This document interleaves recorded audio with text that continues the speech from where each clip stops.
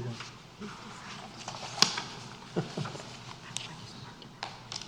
So he's speaking too. All three of them. Okay. All righty.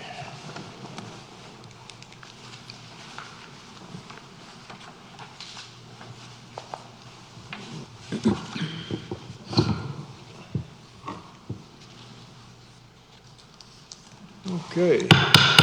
I will call the meeting to order. Welcome everyone here this evening.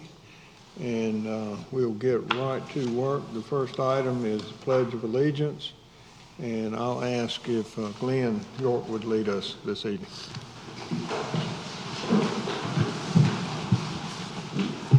Before we do the Pledge of Allegiance, a moment of silence for the 9/11 victims and their survivors.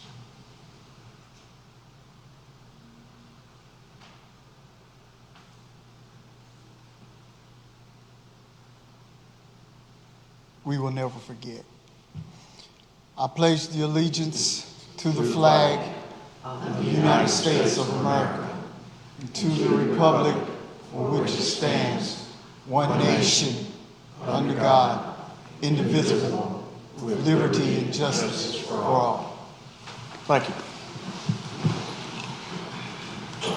Okay, the next item, just let that get down.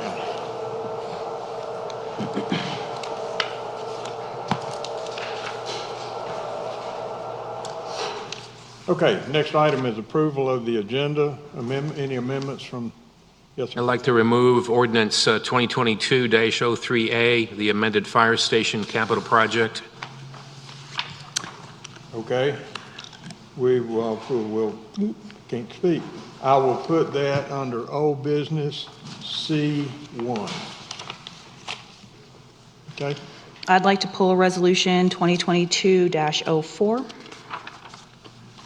Thank you, and I will put that under old business 5D1.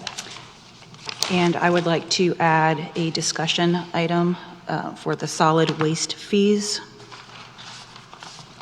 Okay, I got that wrong. The leaf truck will be 5C2, and the fee will be 5D. So any other amendments to the agenda? Is there a motion to approve? So moved. Second. All in favor? And the motion carries. Thank you. Public comment period. We have 3 people that want to speak tonight. They will have 3 minutes each, and I will point to the lights on the podium there. When the yellow light comes on, you're down to 30 seconds, and when the red light comes on, you need to wrap it up real quick. If not, I'll wrap it up for you. But anyway, I want to first call on Pam Lewis to speak. To the podium. We record it. Yeah. Have to get you to a mic. I'm sorry. Get through. Good evening, now. Take off the mask. You may take off your mask at the podium, yes, ma'am. Good evening. My name is Pam Lewis, and on behalf of the Purple Shoe, I thank you so much for allowing me to speak to you this evening. I would like to tell you about the Purple Shoe and what it does for Zebulon and the surrounding areas. If you're not familiar with the Purple Shoe, we are a nonprofit organization that helps domestic violence victims and their children. I myself am a survivor of domestic violence, so I can honestly tell you I know exactly how these women are feeling. They're feeling lost and afraid and alone.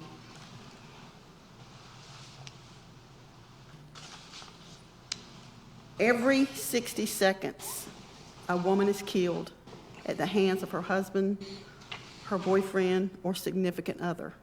Every 25 seconds, they are brutally beaten so badly that they would have to be taken to the hospital or the emergency room or whatever place they can get to, because they're cut off from family and friends. And they're basically just hanging out there. Domestic violence does not just hit the poor people. It's poor, it's middle class, it's the rich, it's the very elite.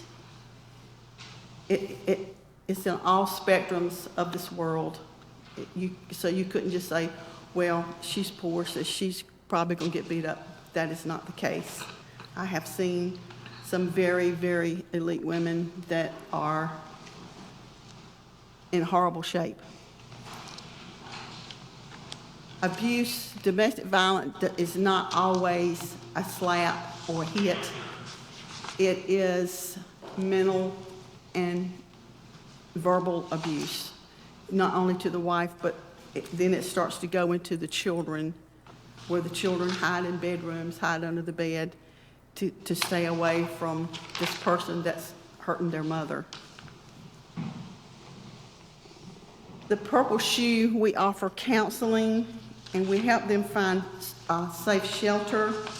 We help with electric bills, water bills, groceries, and anything that we can do monetarily on our own. In 2020, we gave $25,540 to victims in our community. And from January 2021 to August of 2021, we have given $26,335 to this cause. The grand total of this is $51,875 in 19 months. Ms. Lewis, do you're not- out- I'm sorry, you're out of time, so if you could wrap it up, please. Okay, I'm sorry. The donations that we receive are tax deductible, and all the proceeds go to helping in whatever way we can. If you have any questions, I would be glad to answer. Thank you again so much for allowing me to speak.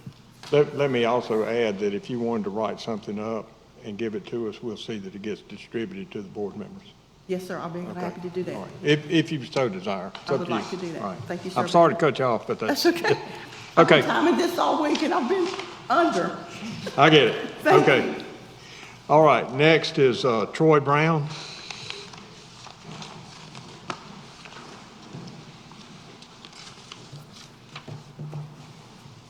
Can I take off the mask? Yes, you may. Hello, everyone. I am actually Pastor Troy Brown, and I pastor here in Zebulon. I am a born and bred person here in Zebulon. My granddaddy was the late Percy Brown on many tobacco fields in this area, of which I took part in for about 8 years of my life. So I love this town, and so much so that I moved back here in this area to become a pastor. I'm speaking this evening on behalf of something that this body is already engaged in, which is the Play Zebulon Master Parks Plan. And I just wanted to take some time to come in and tell you guys how, or this distinguished board, that is, how necessary it is for this area. I really hope with as fast as this area is growing, that this is something that is on the forefront of this body. For instance, I personally just brought in what's called AYFOL, which is the largest youth football commission in the country. And they recently asked me to host games. Well, if you're familiar with youth football in this area, it's pretty much non-existent. So the team that I'm the president over combines kids from the Zebulon, Knightdale, and Wendell communities, and now some from Wake Forest and Smithfield. They're all coming to what we're offering. As a pastor, I originally started this group as an outreach, and it just kept growing and growing and growing. We started off with 8 kids, now we have over 75. One of the reasons why I want to see this master plan go forward and with all speed is because I believe we're losing a lot of our youth from this area going to participate in other areas where, we have a nice, solid base and foundation here that if we provide them opportunities, they'll stay in the community. And even more so, I was going to go from the book here, but I don't think I need it, the economic impact that it could bring to this community, which is one of the reasons why I wanted to host an event here just to see how it would go.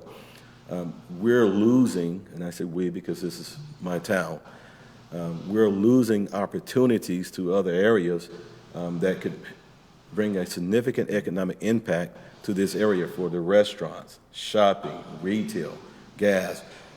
They are looking for areas like this to bring youth football, AAU tournaments. They're looking for satellite areas off of Raleigh, off of Cary. They're looking, I mean, particularly baseball and football, because you want to kind of have that small town feel. This weekend, we brought 10 teams over here to what used to be the Zebulon High School, which is now the middle school, which I grew up as a little boy, where all the baseball games were played. I don't know if many of you remember when they town against town and Zebulon against Middlesex, and I grew up with all of that. And I see an opportunity to bring that same type of field here, yet still keep our small town field in this area. And I think that with this area growing so much, and I know the target date is 2030, which is just a short 8 or 9 years away, that if we could expedite, yes, sir, I'm wrapping up. I just want to say, I'll wrap up by saying this. I hope that this distinguished body will consider, with all speed, bringing about the changes and the recommendations from the proposal and planning and the Play Zebulon Master Plan. Thank you. Thank you. Thank you. And Brandon Wiggins.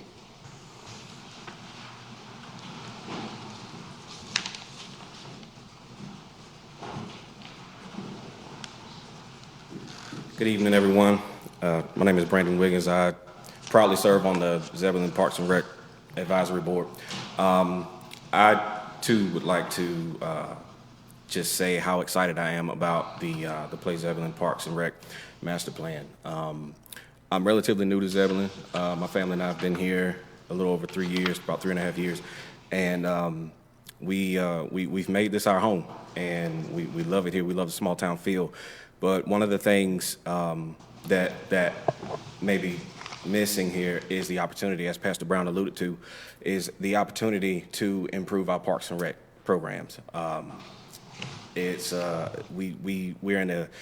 We're in a unique place, the town of Zebulon. You know, we're a small town.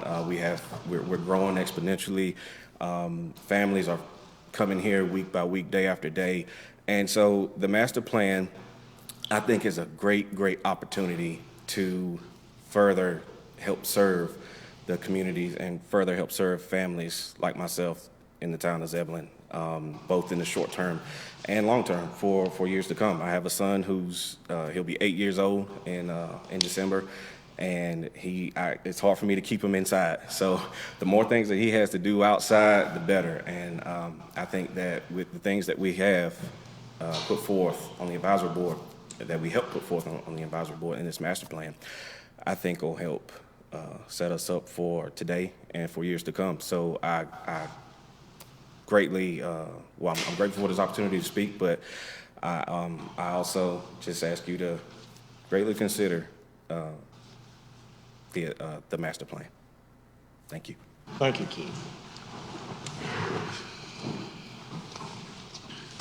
Okay, that was, thank you all for speaking. That's a great segue into old business A, Parks and Recreation, the master plan.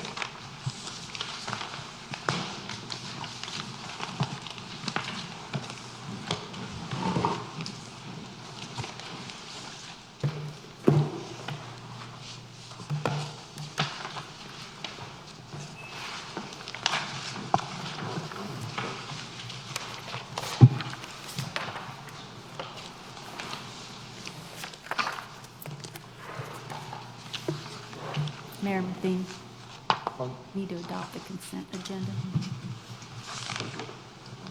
Ooh, okay, can you excuse me one second? Pointed out to me that, yeah, we did. You just did public comment. They amended the consent agenda, but you haven't adopted it yet. That's the next Okay, thing. we amended the consent agenda, but we have not adopted it. So is there a motion to adopt the consent agenda? So moved. Second. Okay, all in favor?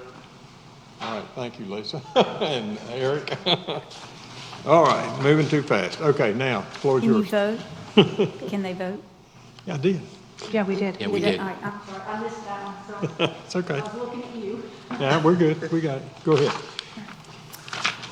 Good evening, Mayor and members of the board. Thank you for having me here again tonight.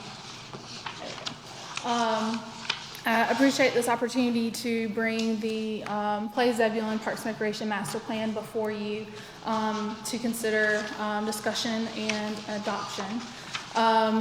If you recall, just a few weeks ago, we were here and we gave a more thorough overview of the master plan. And what I wanted to do this evening is just kind of focus on what the goal of the master plan is. It is a policy document that will guide our decision making as we move forward each year during the budget process. The key points of this plan obviously are absolutely that analysis and that community engagement, but that vision chapter is really important because that's really the policy piece for us. And so the vision statement that we presented was to create recreational and cultural opportunities that enhance quality of life and connect our residents through positive impacts on health and wellness, social interaction, economic growth, and environmental stewardship.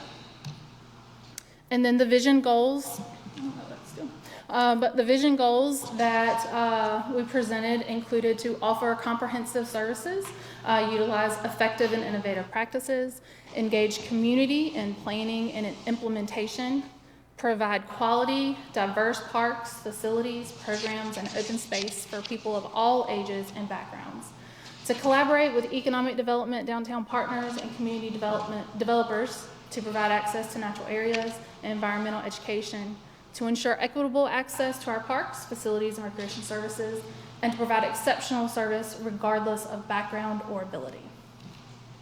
The vision map here, as we mentioned to you, it just is an overview of the potential for the greenway spine, the circle areas where the identified level of service concerns that you'll have as we grow in areas we'll want to look to add additional neighborhood parks, as well as the additional community park consideration and aquatics facility, community center facility at 5 County Stadium.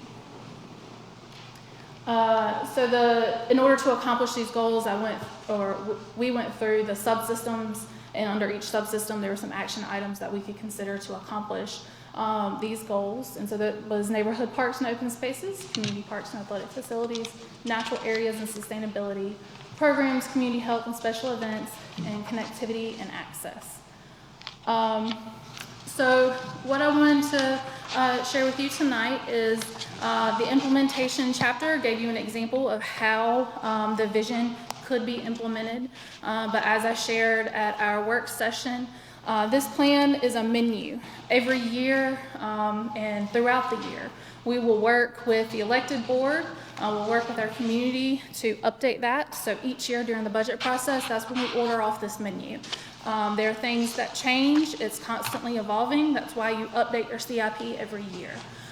So that's why you saw kind of in that master plan, one of the priorities was to constantly revise your capital plan, because that's really the bulk of how we implement this plan and implement recreation improvements for our community. So with that said, what will happen after the adoption of this plan is once you do that, you'll have the opportunity for the joint public hearing and consideration to also adopt your recreation impact fee study. Adopting that study doesn't necessarily mean that you are going to apply that fee. The next step would be to update your fee schedule where you actually decide and implement that piece. We also are planning to do a CIP work session. So if you'll recall in your budget for this year, you included $150,000 for master plan implementation. We didn't give specifics because we wanted this board to have the opportunity to review the plan, look at potential projects, and to give us some guidance on what you felt the priorities were moving forward. So based on what you see there, some conversation that we have, how should we best apply that $150,000 to move forward? And then we'll also have an opportunity to talk about future year priorities to just kind of help get us kick-started on planning for our next budget. We'll also have a programming work session. So this plan included a lot. It wasn't just CIP. The CIP takes a big bulk of the plan, and it has that big dollar tag, but it's really important that we don't miss that programming is really important. And so we want to talk to you about how we implement that, the discoveries we found, the holes that we found, where we're not efficient, how we want to balance, how do we shift our programs, how do we improve how we operate. And so we've already been working on some of that, but we'll kind of give you that update and then get some feedback from you on what are priorities, what have you seen in the budget, what are the gaps in our programming that you think are most important for us to focus on. And we'll also start to seek our partners. So this is something we've already kind of started to do, but ultimately we have to have an adopted plan in order to really engage them and have the granting opportunities to back us up. With that, I'll take any questions. Questions from Yes. anyone? Okay. So on page 135 of the Parks and Rec Master Plan, if you'll take a look there, you will see that this is a discussion about what could potentially occur with the 5-county stadium property, but I've got significant concerns that there are not any parking issues addressed, and it seems that this is all, there's a tiny bit of parking off of NC 39, but currently when there are games, there's a significant amount of that parking lot that is used, and here I don't see parking lot. How are we going to accommodate parking so that people can actually use this facility? Yeah. So I think it's really important to recognize that this is a conceptual. It is not a site plan. So all of those logistics we would work through. So this is just a dream of what could be based on the feedback that we heard. We did take a look at the land use plan that came through a couple, I guess it was probably 2 months ago that you looked at. So this purple area up on the left-hand side, there's parking potential there. There's potential parking area on the right-hand side of that upper right-hand corner, but there's also some development opportunity there. But also in here where you see some of this additional development, I mean, any of that we could work in parking, but I think it's ultimately you're gonna have to do a feasibility study. You're gonna have to do a site plan. You're gonna have to figure out, okay, how much parking is it gonna require? How much additional property are you gonna have to have? So there's a lot of work. This isn't gonna happen overnight. This isn't we're doing this necessarily. It's a dream of what we could do. Well, I appreciate that, but I also need to know that we've spent money developing this plan and we have realistic and viable land use for it. I mean, if we're saying that all of that pink area is going to be mixed use, and we can't be expecting people to cross over NC 39 in order to access that facility. And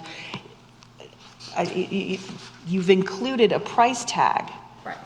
And so you have actually done an amazing amount of work to try and understand what the cost of building this out would be. I'm just real concerned that, this was one of the things that really stood out and as something that's been missed, that parking aspect. And so I'm hoping that, there aren't other little areas where we've missed out on, being able to bring the whole picture together as well. And while I do realize that this is conceptual, that's quite a site plan that's already been developed to have left parking out. Yeah, so we developed this based off of the land use plan and included things that we were seeing throughout our master plan on how we could connect those two things. And so what my recommendation would be is that if this is something that we want to be viable, then we need to, I understand what you're saying, that we put a lot of effort into this. The cost estimates we gave you are just that. They're estimates. They're not final, because it's really hard for me to tell you, especially with the way inflation's going, what something 10 years from now is going to cost. Right. So we can give our best estimate. And we don't really know until we go out there and know what the property complications would be, what the soil's like. But it costs a lot of money for us to do that for all of these properties that we've given site conceptuals. So what we would need to do, and I think just in this area, you see this mixed use piece on the bottom right, where we've said that there's potential for like some private mixed use there. You could turn that into a parking lot. I mean, there's room in here that if that's what you want to do. There are many ball stadiums across this country that successfully navigate, traffic issues, parking issues, and include that mixed use for economic development pieces. So that's part of that feasibility study, that if this is something we want to do, having this conceptual here and having this dream gives us something that we have in our hand, that we can engage a private developer, that we can engage potential funders to say, like, help us look into this. What interest would you have in this? Same with like the land use plan. You included this in that economic development piece, a land use development, economic development around 5 County Stadium there. And so it's the same thing. It's something that you have in your hand to kind of lure in that private developer, hoping that you have some support to do something like this. But you're going to have to navigate all those things, same as any other ball stadium and development. If it would make you feel better, if we could put a comment right there, because I share those same concerns, that this aspect, along with the other, is purely conceptual, subject to further review as we move forward. And the other thing not to forget is that we are not the majority owner of that land. Well, and that was my other concern here, because we've dreamt a lot, and I'm not going to lie, I love it. I really, really love it. But, how is, since we're not the majority stakeholder here, and, we don't know that we can even go into negotiations to get the parking lot that we would then be turning into an aquatic center. Because that's going to be taking away parking from the Mudcats itself. But right? you said you love it, right? I do love it, but. You said you want to talk to someone potentially about it. This is what gives you the bones to do that. All right. Well, then I would like to just make a note, like you said. So do you want to add that note? Yeah. That is purely conceptual, subject to review and negotiation in the future. So if you'll make that, if you want to adopt this, you make that a piece of the motion, and we go forward with it. I want to say that's in this plan, that's something very similar to that statement. It's going to be hard for me to put my fingers That's specifically okay, but it's on not it. going to hurt anything to put it right there. Yeah, well, I was going to say too, you could include that as part of your motion if you decided tonight to do that. We could put an asterisk with each site map if you would like. Okay, great. Okay, you okay with that, Shannon? Yes, Okay. yes. Other comments or discussion, questions? All right, folks, what's your pleasure? I make a motion, we adopt Play Zebulon Parks and Recreation Master Plan and make a note that all of this is conceptual. Okay, Second. motion made and second. Other comments or discussion? All in favor, raise your hand. Thank you. Motion carries. Thank you, Mayor, members of the board, Sure. and the community. All right, board appointments. We have first 2 vacancies on the planning board, 1 in town and 1 ETJ. We have 3 in town applicants: Jean Blount, who is seeking a reappointment, Gina Newkirk, and Dominic Schilling. What's your pleasure? I nominate that we reappoint Jean Blunt for the in-town seat. Okay, Second. okay. Any comments? Now's the So time then for you got a comments motion. if you want to make it before we vote. Huh? Now is the time for a comment if you want to make it before we vote. Well, I was going to nominate someone else, so maybe. Okay, so we'll see if this one goes or not. All right. Okay, all in favor, raise your hand. Let me see. Raise them again, please. All right. 3 in favor. Opposed? 2 opposed, motion carries. Gene Blunt is in. Okay, ETJ, we have Laura Johnson seeking reappointment and David Hughes. I make a motion of Laura Johnson. Okay, is there a second? Second. Other comments or discussion? All in favor? And the motion carries. Thank you. All right, now we have Board of Adjustment, 4 vacancies, 2 in town and 1 ETJ and 1 ETJ alternate. Currently, we only have 2 applicants. They are both in town. JSTs is seeking reappointment. Gina Newkirk made this her 3rd choice. Her 2nd choice was Parks and Recreation Advisory Board, which we have 3 vacancies on that board. So what's your pleasure? I make a motion we reappoint JSTs. Second. Second. Motion made and second on J. Other comments or discussion? All in favor? Okay, now we still have 1 vacancy. I move to appoint Jania Newkirk. Okay, Right. Can I make a comment on that? May? Okay, Well, let's get a second. Do we have a second for it? Second. Okay, I'm just now, thinking her 2nd choice was rec, and this is her 3rd choice. Correct. So I would think she'd prefer to be on recreation than she would the Board of Adjustments. That's just my thinking. Are you here today? Could we ask Mrs. no, it says it right here, that this was her 3rd choice, and her 2nd choice was Parks and Recreation Advisory Board.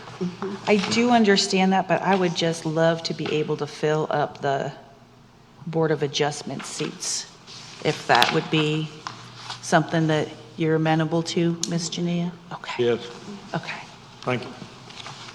All right, so we have a motion and a second. I'm sorry, I'm just trying to keep it rolling. We have a motion and a second. Are there other comments or discussion? All in favor? And the motion carries. So Ms. Newkirk and Mr. Estes have been reappointed to, or have been appointed to Board of Adjustment. Now, we have the Parks and Recreation Advisory Board. We have 3 vacancies and 2 applicants, one which was just appointed to the Board of Adjustment, could possibly serve on 2 boards. It's a possibility, if somebody's willing to make that commitment. You are? Certainly.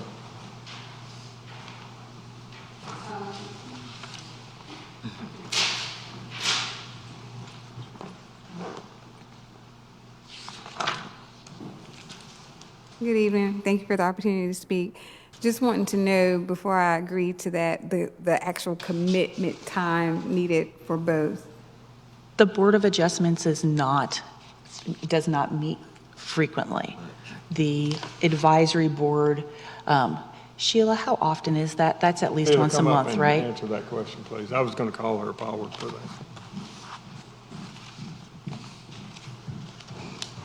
The Parks and Rec Advisory Board meets on the 3rd Monday as needed. So we meet just about every month. Some months we don't if there's no business to bring before you. I would be happy to serve on both. You're a rock star. Okay. I nominate Jania Newkirk for Parks and Rec Advisory Board. Okay, how about Garrett Underhill? We can do it all in one thing. Oh, and as well as Garrett Underhill. Okay. Second. Motion made and second. Other comments or discussion? All in favor, raise your hand. Thank you. Thank you so much. Okay, now for your realize we service. still have 1 vacancy. If you need to go out and drum up some support in the community, we have One vacancy on Parks and Rec, and and we 2. still have vacancies on the Board of Adjustment. So, anyway, It's 1 ETJ and then the alternate. we have For- 1 in town Wait a minute, let me check. No, we covered that. We have one ETJ, yes, you're right, vacancy, full-time, and one alternate. Okay. Yeah, sorry about that. Okay. Okay. Well, that finishes that. There was a note of person to be appointed to the specific term position. I think the terms are as defined in, is that not correct, folks? That's correct. It's Okay. 3-year terms. I'm sorry. It's 3-year terms. That's what I thought. But I mean, we don't need to redefine it. That's what I was. Okay, good. Thank you. All right. Next item is the fire station capital project. We've asked that and the leaf truck to be pulled and placed on the agenda, pulled from the consent agenda. What is it you want to do with it? I would recommend we move that to our work session to discuss further on September 22nd. Both of them? I believe so. Right. Okay. Is that a motion? I make a motion, we move the item C and item D, the fire station and leaf truck, to the work session on September 22nd. Okay, for clarification on my agenda, that's items C1 and 2. C1 and 2. Right. Second. Motion made, second. All in favor? Okay. There might be some guidelines Bobby needed to speak to on those. Well, we voted on it, but You said the 22nd. Let me just point out one thing. On the Truist proposal, their rate is good through September 23rd. The other one, Signature Bank, was good through September 12th. So I just wanted to point that out. okay. So their rate has already expired. Okay, all right, thank you. Do you think we're okay, though? I think if I'm we do sorry, I'm something having a hard time 22nd hearing you, Bob. I'm having a hard time hearing you. If we do something the 22nd, I think that'll be okay, yes. Okay. For the recommendation of Truist, yes. Okay, all right. Okay, then, old business item D, was asked for by Shannon, was the $3.25 fee. Shannon? Yes, so as you all know, with the closing of the water merger with Raleigh, our rates dropped back down to the level that the folks in Raleigh are paying. At the same time, though, however, the town of Zebulon implemented a solid waste fee to pay for, it pays for our garbage service, and it also pays for things like the leaf truck that we're hoping to purchase. A portion of that money will go to pay for that. And so I have a couple of thoughts and a question. First, and Bobby, you might be able to help with this, or if not, then maybe Chris can.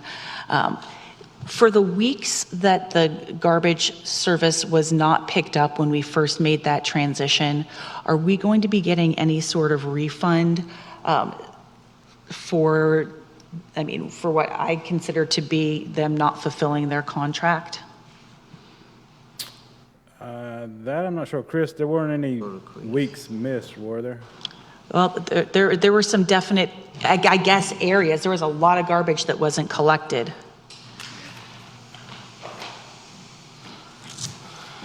Good evening, Mayor, members of the board.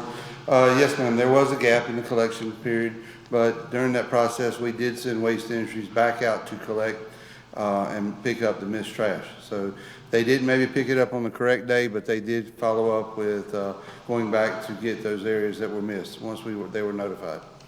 Okay, and how has the transition gone since then? Because I know that I have still had my days missed by the company.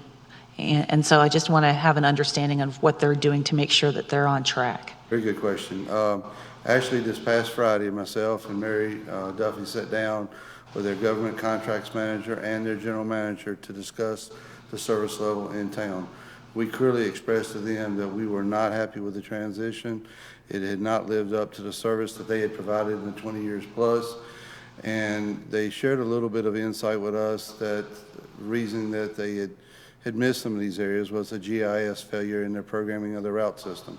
They feel like that has been corrected.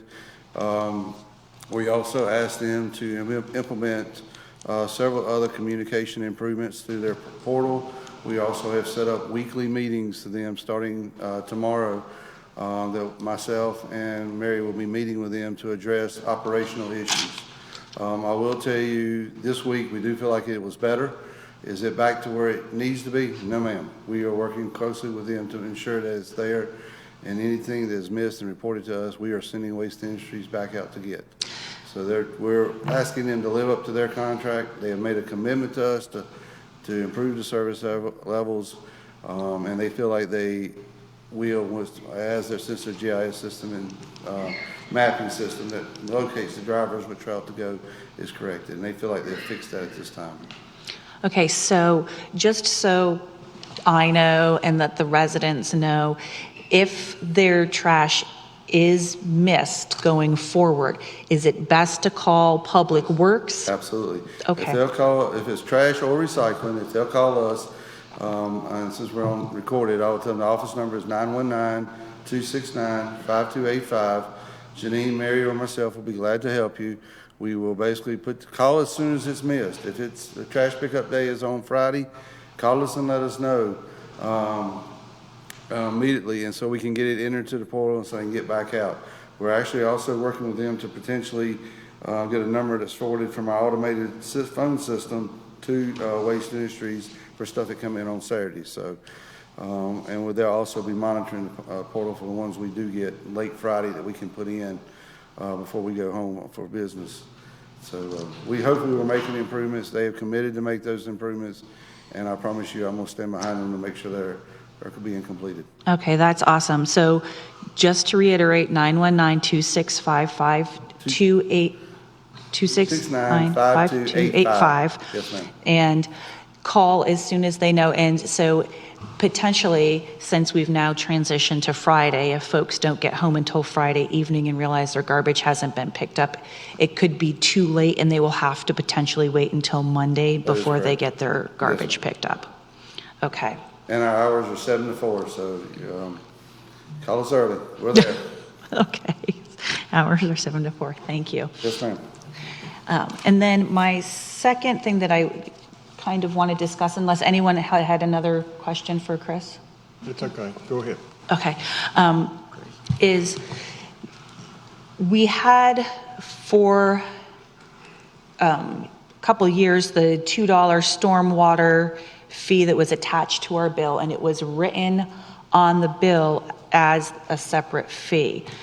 Now that we have implemented this additional, even though we agreed to a $3 upcharge for paying for the leaf truck, it actually works out to be more like $3.25.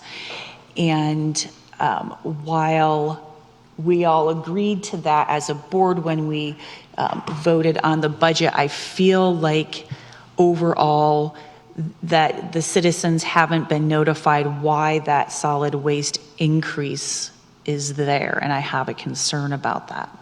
Is there a way to put just like it used to say Zebulon, I've got it right here, used to say stormwater Zebulon, $2. Can we have something that says Zebulon leaf truck, $3.25?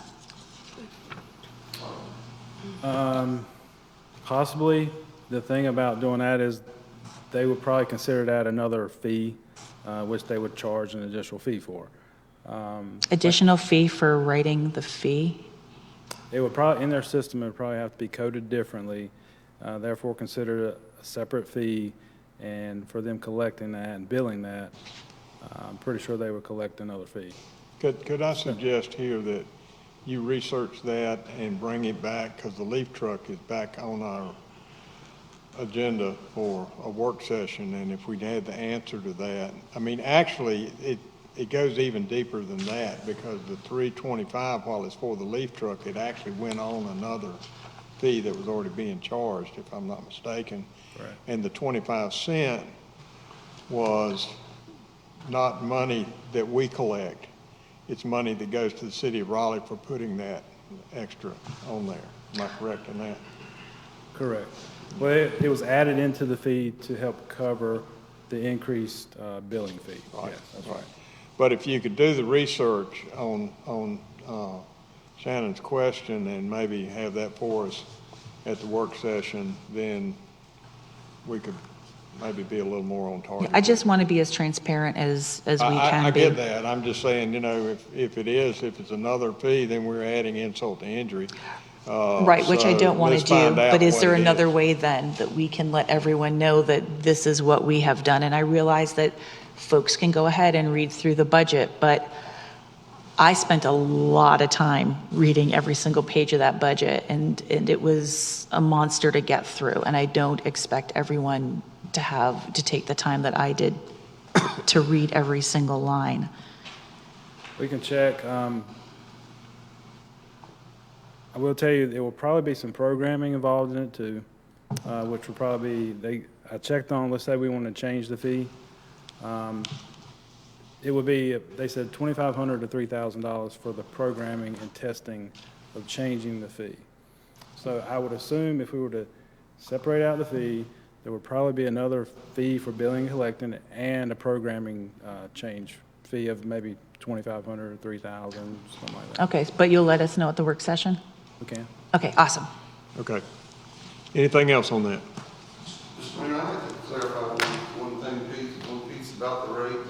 Let me give you a full breakdown of the $24. It's actually, like the mayor was alluding to, the fee is actually $3 for solid waste. But just so you know how the math works for the $24, it's $10.94 for trash pickup, it's $4.18 for recycling. The city of Raleigh billing fee is 84 cents.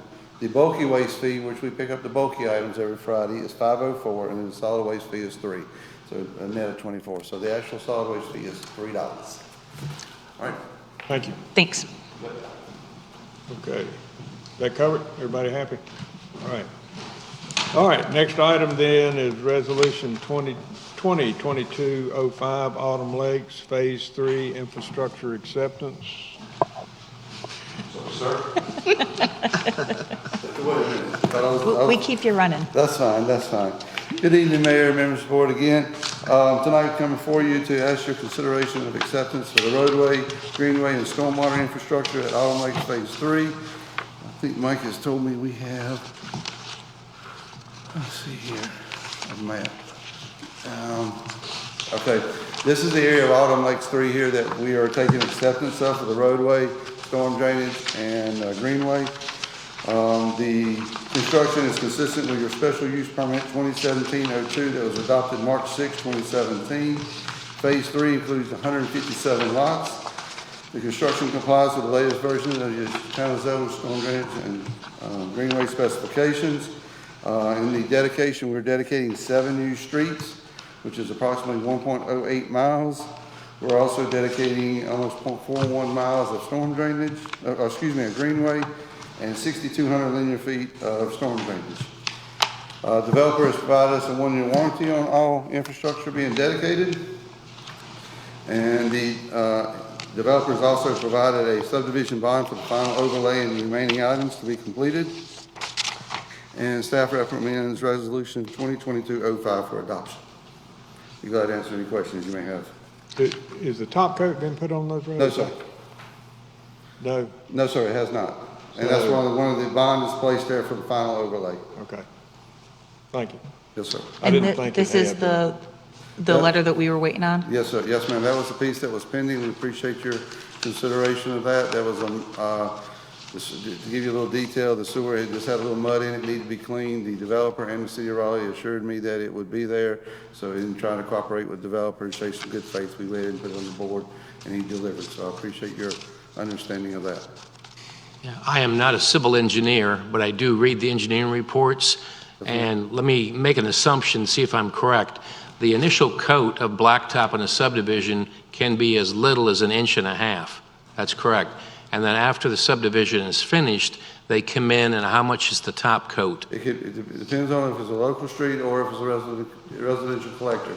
A local street has a total of 3 inches, so if most time we ask them to put 2 inches down, sometimes they come up just a little bit short, but we're able to make that up in the crown and the curb elevation. So on a local street, I've seen it, we've added 1.5 inches at times to make it come in compliance. And then we could do as much as 2 inches on a residential collector street. So we work with them closely to get the overall thickness, density, and to ultimately get you your 20-year useful life.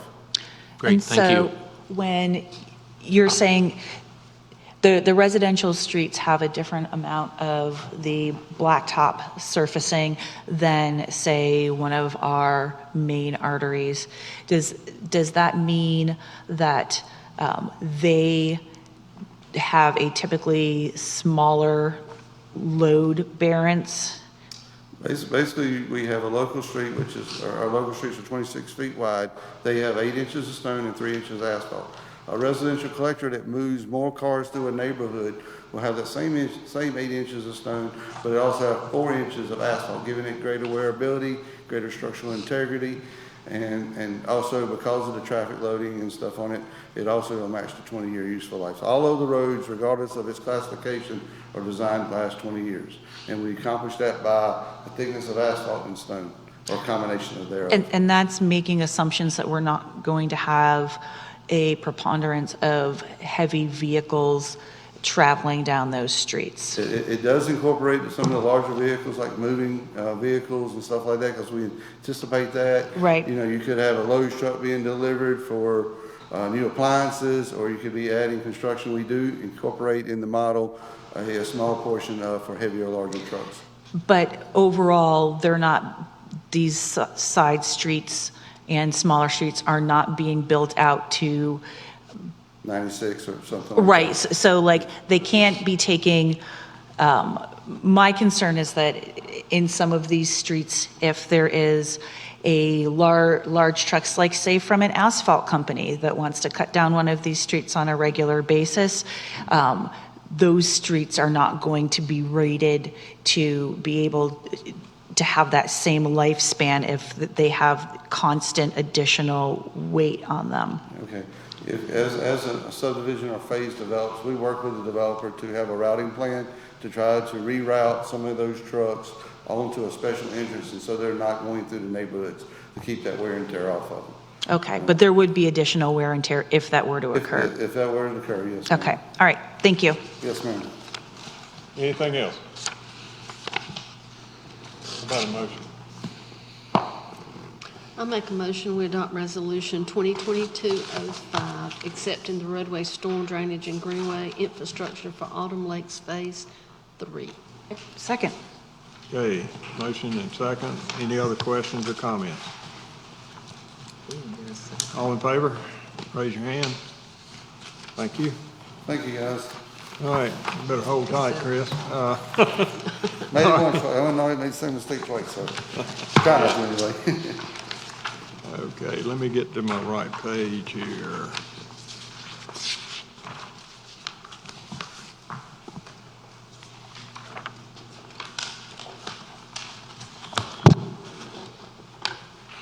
Okay, I guess probably been about a month ago, I was contacted by Honey Beth Wiggs, who is here with us tonight, representing the Rotary Club, and they want to do a Flags for Heroes event. And what they want to do is to place flags. You have a map there. Place flags on the campus here in the back and around the drive of the front, some across the front at the fence line, none right in the middle of the fence, and then some over at the Blue Star area. I think a total of 200, am I right? Okay, 200 flags, and they would charge $55 a flag, and so people would buy those flags in honor of someone currently in the military, someone that has served in the military, recognizing the veterans. So I contacted staff. Chris has some information on that. Sheila's also been involved, so I'm going to turn it over to them to talk to you about it, and then if you have any questions, we'll try to get an answer for you. Chris? Thank you, Mr. Mayor. Only a couple of things I want to add to the mayor's comment is that if this is approved, we will start working with the Rotary Club on November 9th to start placing the bases into the loan area. Staff will be with them coordinating to make sure we avoid existing infrastructure. The flags will go up on November the 11th and kept up through Sunday, November the 14th. And then the Rotary Club also is asking to install a 10 by 10 tent to be on site through Thursday through Sunday from 10 to 4 p.m. Just to give you a little follow-up about what the mayor was talking about, the flags in the front, we've estimated approximately 138 flags in the front, 62 flags in the rear. And that's all I had to add to the mayor's comments. Okay. Do you have anything to add to that, Sheila?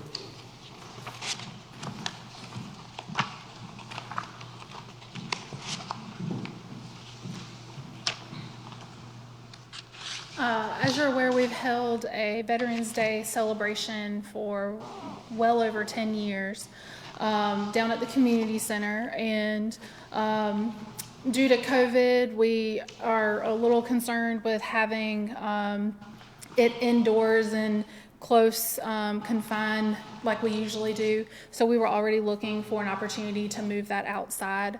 And so knowing that this was coming, the Rotary Club had reached out to the Parks and Rec Department.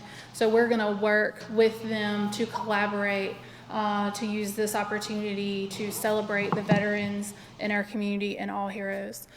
So we're looking forward to that opportunity. We don't have the specifics completely nailed down, but we do have enough to know that it's absolutely something that we would like to work with them on.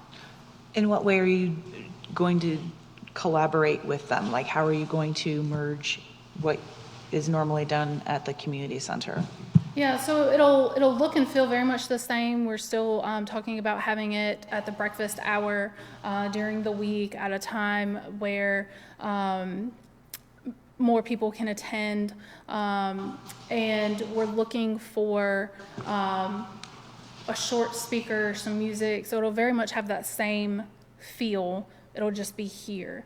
But we're also trying to be a little bit flexible with the understanding that, I mean, we don't know what the future is going to have, and so we're going to have a backup plan that if it has to be a drive-through or something along those lines. Like you did last year, Yeah, where they just came through and picked up their... But it'll be a little bit more substantial this year with what's going on here. We'll have more set times where people can come through and work with the Rotary Club, so it's a little bit more than just a grab your bag and go.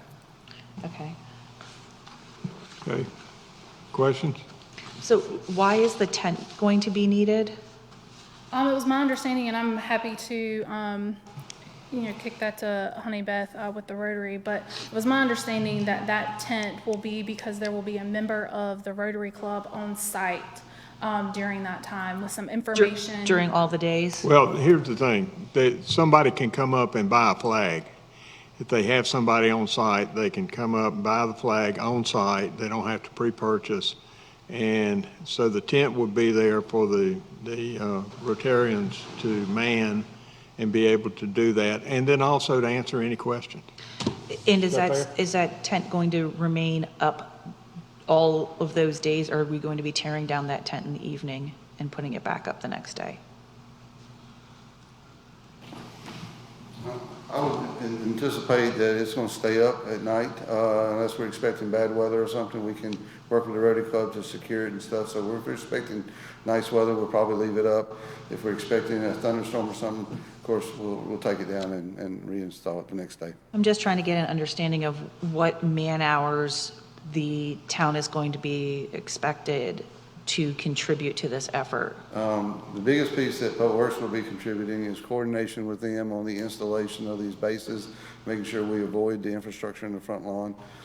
We anticipate that to taking about approximately a day with one staff member. One day and one staff member? Yes, ma'am. Okay. That's the $440 in my memo. So that $440 is, It's actually 2 days. That's one day to put it, to them up. install it and one day to take it out. Okay. If necessary. and so is that $440 going to be paid by the Rotary Club since we're waiving their $1,000 fee? No, ma'am, that's something we're contributing since we're partnering with him. Okay, so, We would pay that pretty much to have it down at the community center anyway. The breakfast I'm talking about. so the $440 is going to take the place of the money that we would spend for the breakfast? That doesn't seem right. The $440 is the money that we would contribute to the project, but we would normally pay that amount of money anyway to have the breakfast at the community center, but it's going to be here. So it's pretty much a break even in my mind. Like the mayor was saying, you're swapping some Parks and Rec staff for setup time at the community center for some public works staff coordination here. Okay, all right. So the overall amount that the town is going to be donating for this event to happen is $1,440. It won't amount to that total amount, but I No, think but it's. we're donating the $1,000 fee. Yeah. Okay. But what I wanted to share too is that the Rotary Club has offered, the town of Zebulon has sponsored that breakfast. So we have paid for that event, and the Rotary Club has offered to sponsor that event this year. So that fee, in addition to, is part of this partnership. And I think it would be important to recognize that as well. Okay, great. Other questions? Anything? Sure.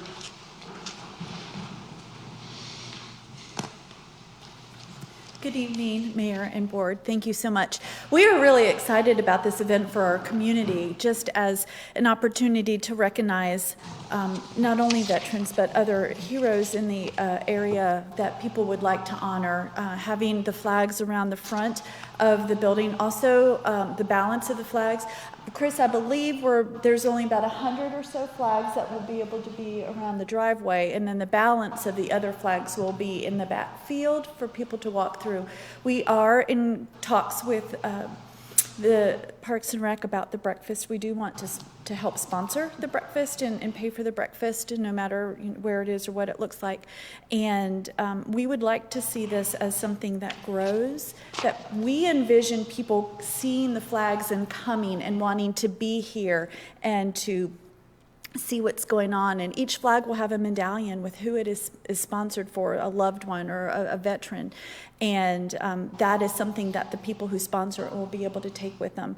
This has happened in many other areas in Raleigh and in Clayton. And the reason for the tent, it was suggested for us that people will drive by because they will see the flags and they will want to know why they're up and what's going on. And some people may want to sponsor flags right there on the spot. So we have talked about being present from about 10 a.m. to 4 p.m. during the day, and that's about it each day that the flags are up. We will take them down after the Veterans Day weekend on that following Monday. Awesome. Thank you. Good. Yeah, I think it's a veterans organization over around Cary that has done this, because I've actually purchased flags from them in the past. So I'm very supportive of this, and I hope you are as well. So, Honey Beth, one more question. So, just so that anybody watching can, be informed, is there a way for a citizen, a resident, to pre-purchase a flag, and what is that process? Thank you. We were waiting for approval from the board, but we will have social media posts out. We will have flyers. People can actually go to any of our social media. They can just pay for a flag through Venmo or by clicking a link. So we will have information in paper form and in electronic form to let the community know, to post on the community pages and get the word out that way. Okay, great. Thank you. Okay, other questions? Okay. So what I'm looking for is a motion to approve this project and waive the $1,000 fee. Make a motion that we approve the use of the facility and waive the fees Second. for this project. Motion made and second. Other questions or comments? All in favor, raise your hand. Thank you. All right, I think we'll do manager's report and then board comments. Joe, since you're up there. Okay. I was going to give the board and the community that's watching a preview of what's coming before the board at their joint public hearing on Monday, as well as some of the revisions that we'll make to the work session on Wednesday that will be at 6. And then I was going to recognize Michael Clark to introduce an employee. But before I get into that, I am an engineer, and I have designed pavement sections. So let me clarify a little bit about what's going on.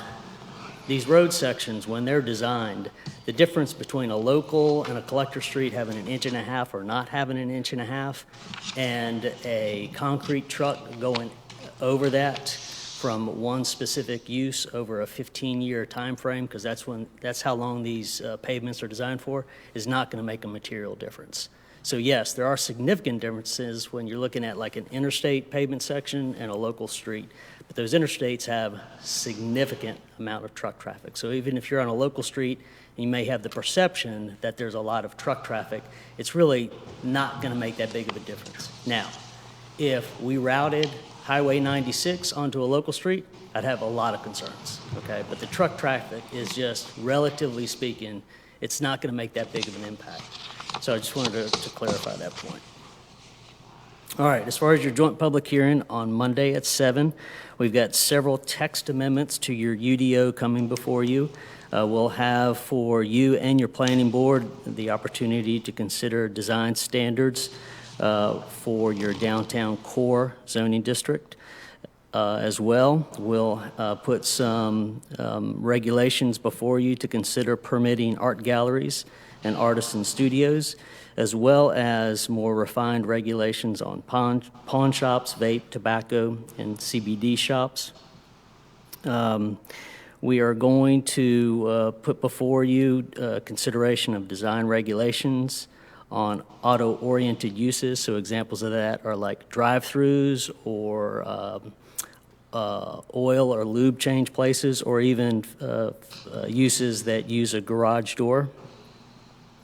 And then, as was referenced earlier tonight, with the adoption of the Park and Recreation Master Plan, you're now in a position where you can start the discussion on how much or how to charge a recreation impact fee. So those are all the agenda items that we have scheduled for your consideration of the joint public hearing on Monday.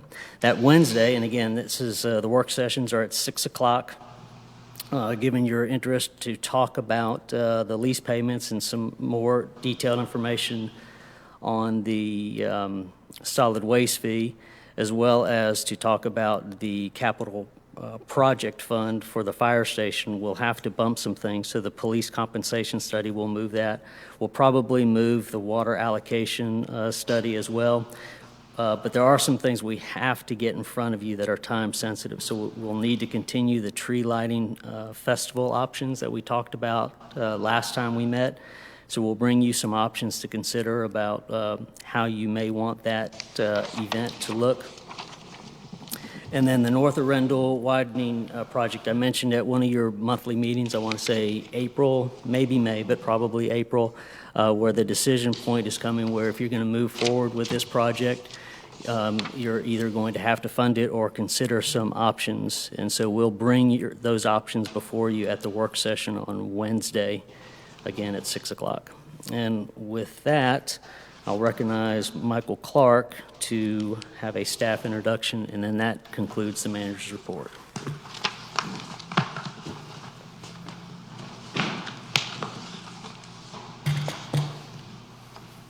Good afternoon, or evening, Mr. Mayor, members of the board.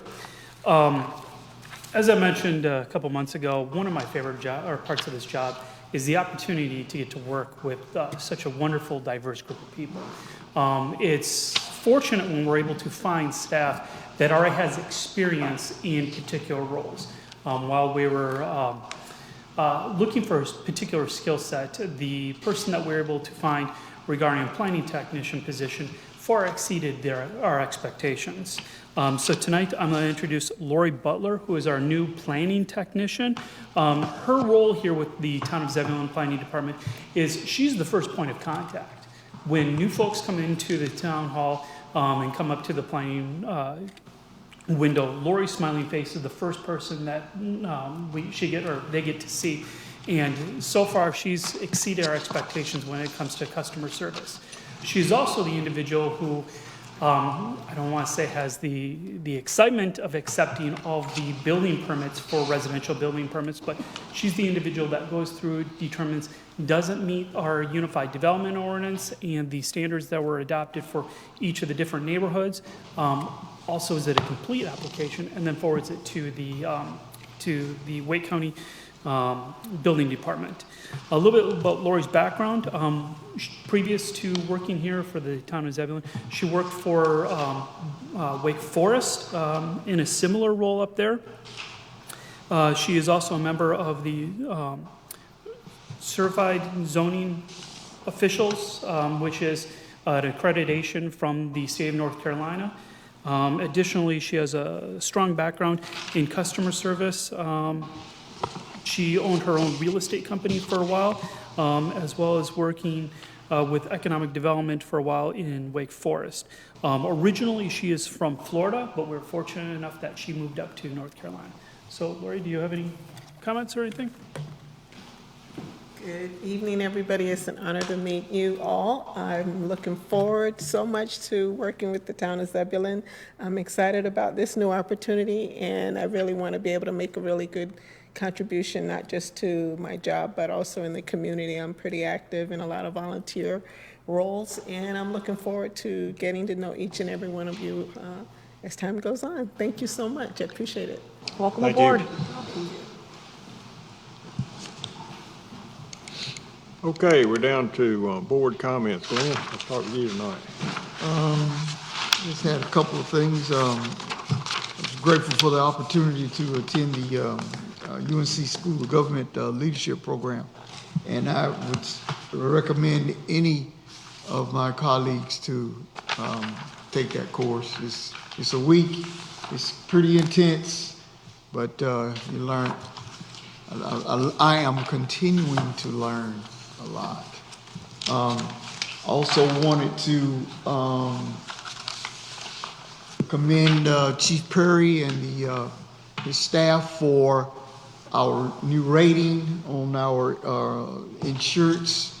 I was thinking that with all the growth we was having, that number would go up, but it went down, and that's got to be to the hard work of him and his staff for that number going down. And kudos to the staff. And I know that was not an easy thing to accomplish. Also,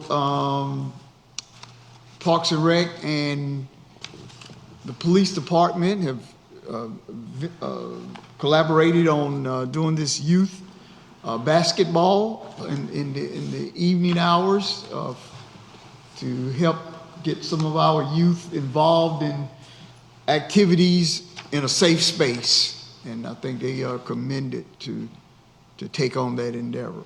That's all. Thank you. Shannon?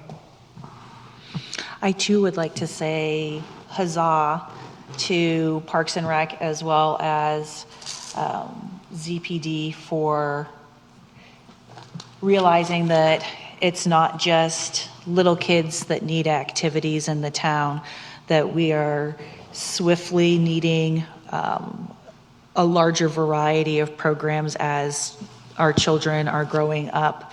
And certainly, the middle school and even the teenagers really do need to have some recreation options. So I think that this just marries nicely with the Parks and Rec Master Plan that I'm really looking forward to seeing a lot more programs for different age groups. I know that we've focused a lot on the youth, and I'm just excited to know that we are taking steps to really bring all the children into the Parks and Rec department in some form or another.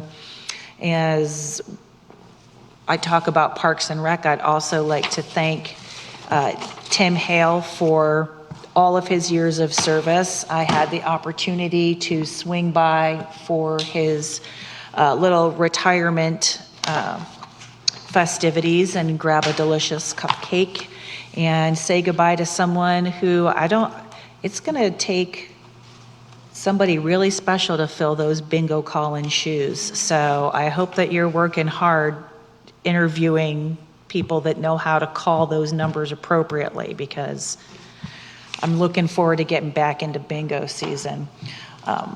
We had kind of a cool event this past weekend with the pub crawl. It was lovely to see so many folks out in the evening walking from establishment to establishment, really kind of familiarizing themselves with all of the new cool things that Zebulon has to offer.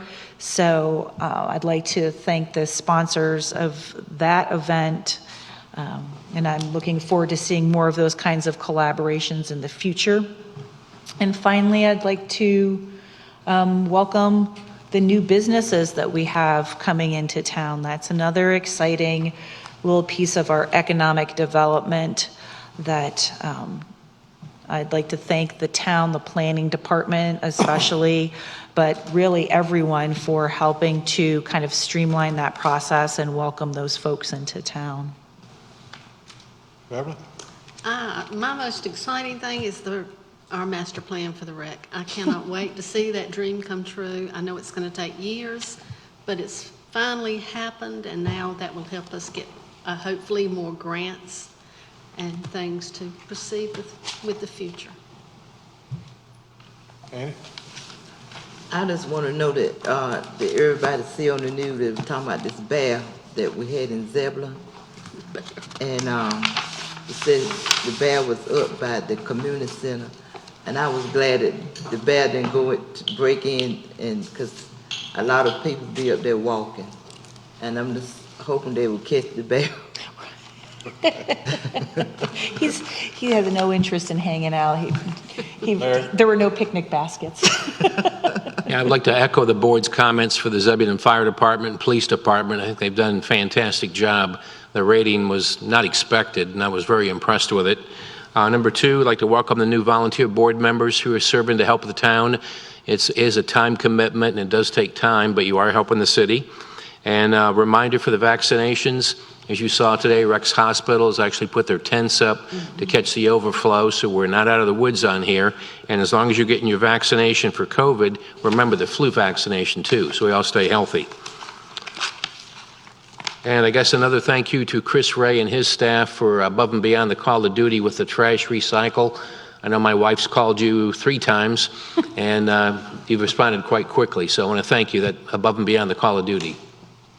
That's it. There's not much I can add, but I do want to say, if you really don't know what a 2 means as an ISO rating, it is a big deal. It really is a big deal. Having been in the insurance business for a number of years, I understand that impact. And I was, I think most of y'all know, I headed out to Beaufort after the ribbon cutting the other day for my son's birthday party. Well, one of the attendees was the fire chief of Beaufort. And so we got talking, and he said, "You got what?" You know, there are 5. Now, some of that has to do with things beyond their control, water distribution systems and that sort of thing. So, you know, it's not all just, you know, response time and that sort of thing. There's a lot more involved in it. But it is a big deal, and I am very proud of our fire department for that achievement. So, having said that, I will call for a motion to adjourn. So moved. Second. We're adjourned.